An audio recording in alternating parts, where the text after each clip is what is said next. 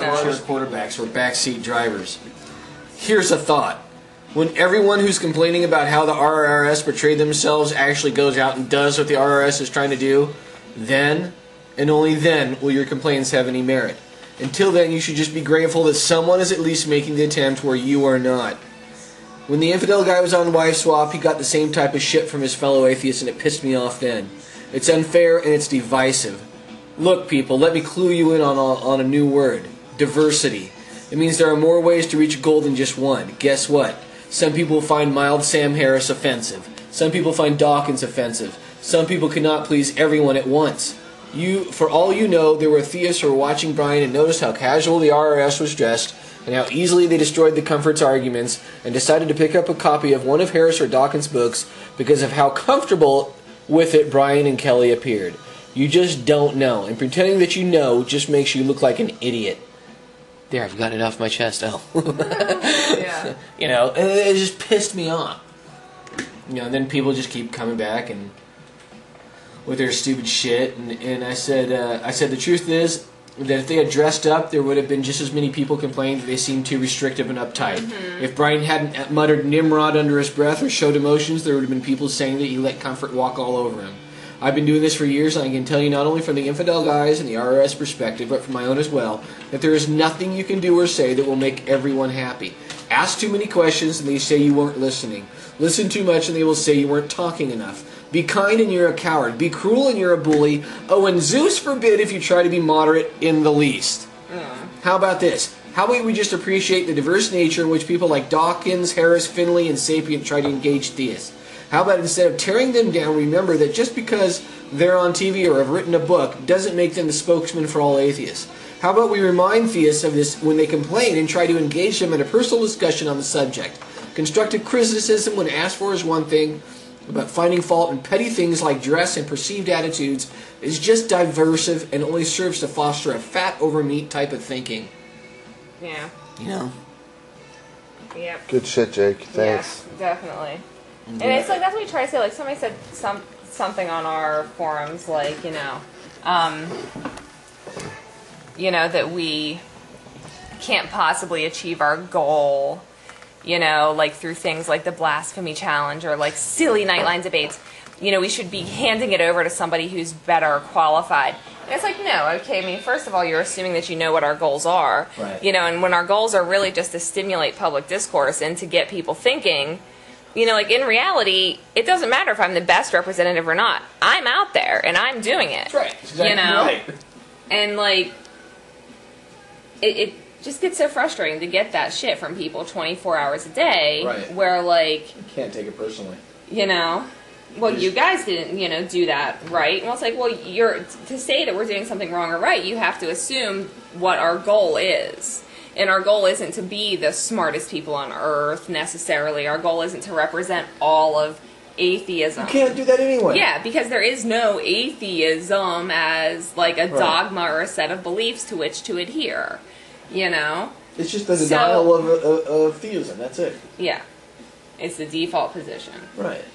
But so anyway, I mean, it just gets to the point where you're just so frustrated with it. It's like I find myself becoming almost oppositional with, everybody, right. Who wants to respond in any way, because it's frustrating to have to deal with that constantly. Absolutely. Like, I mean, it's like I just want to put like a big thing on our board, like this is what this is what we do. You don't like it? Do your own shit. No shit. Why right. You're wasting time right now sitting here telling me how to do it when you could be going and doing it yourself. Right, exactly. That was my whole point, was don't complain when someone else is doing the thing that you're not willing to do yourself. Yeah. It's fucking not only stupid, it's divisive. And also, too, it takes all different types, all of the different kinds of people. Like, Daniel Dennett is not as forward as Dawkins, Harris, or Hitchens. No. But he's just as necessary. His arguments are just as valid. Right. He's just a different approach. That all needs to be out there. But the fact of the matter is nobody would even be worried about these moderates out there if it wasn't for people like us out there fucking squawking and screaming and causing a ruckus. Right. You know? Oh, you're ruining the image of atheism, go fuck yourself. I mean, what's the image of atheism? What the fuck does that mean? That's like, what, you're ruining the image of a vacuum. Yeah. What the fuck are you talking about? Yeah. How can you ever be a good witness for Christ if you do this or if you dress this way? I mean, it's that kind of thinking. It's because the Christian mentality is so it's like ingrained into their brain. And Brian's like, it is that Christian mentality. It's that fat over meat mentality. It's all about appearance. It has nothing to do with what's underneath that. When you learn that faith is more important than reason, when you learn to trust emotion rather than your mind, your senses, your what's telling you about the world. Not to say that emotion is bad. Emotion has its place, absolutely, and emotion can tell us a lot about ourselves.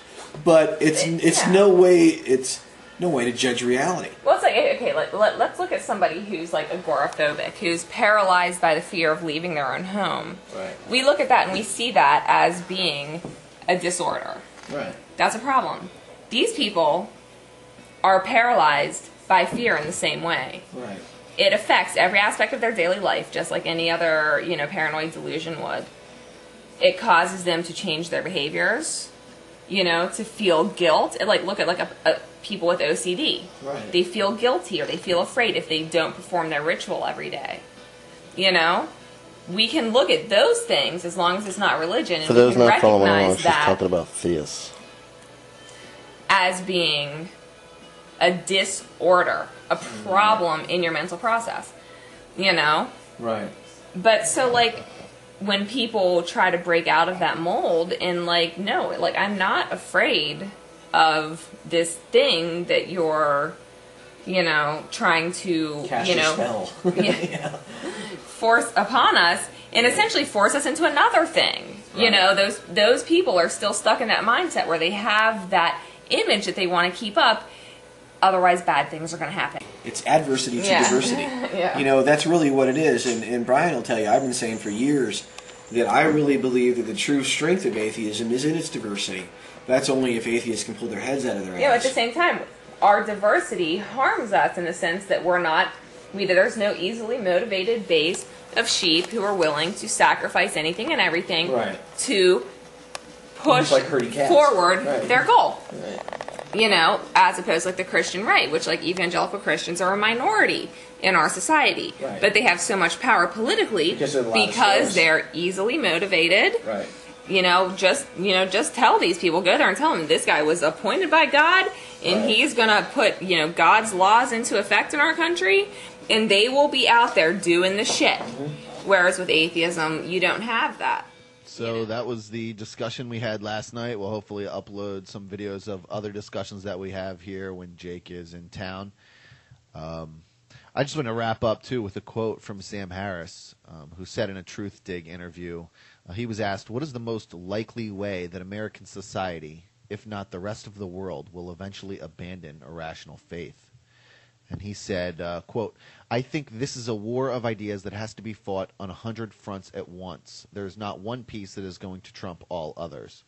Now, that's what's most important here in the discussion. But furthermore, in reference to how the Rational Response Squad confronts theism, you should listen to what Sam Harris then goes on to say. He says, I think we should not underestimate the power of embarrassment. The book Freakonomics briefly discusses the way the Ku Klux Klan lost its subscribers, and the example is instructive.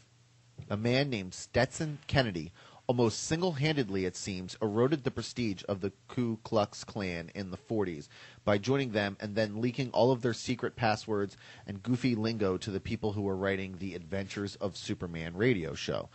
Week after week, there were episodes of Superman fighting the Klan, and the real Klan's mumbo-jumbo was put out all over the airwaves for people to laugh at. Kids were playing Superman versus the Klan on their front lawns, and the Klan was humiliated by this, made to look foolish, and we went from a world in which the Klan was a legitimate organization with tens of millions of members, many of whom were senators and even one president, to a world in which there are now something like 5,000 Klansmen. It's basically a defunct organization.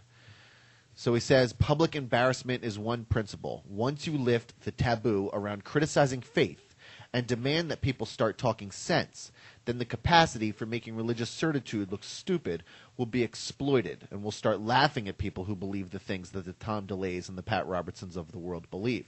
We'll laugh at them in a way that will be synonymous with excluding them from our halls of power. Till next time, stay rational.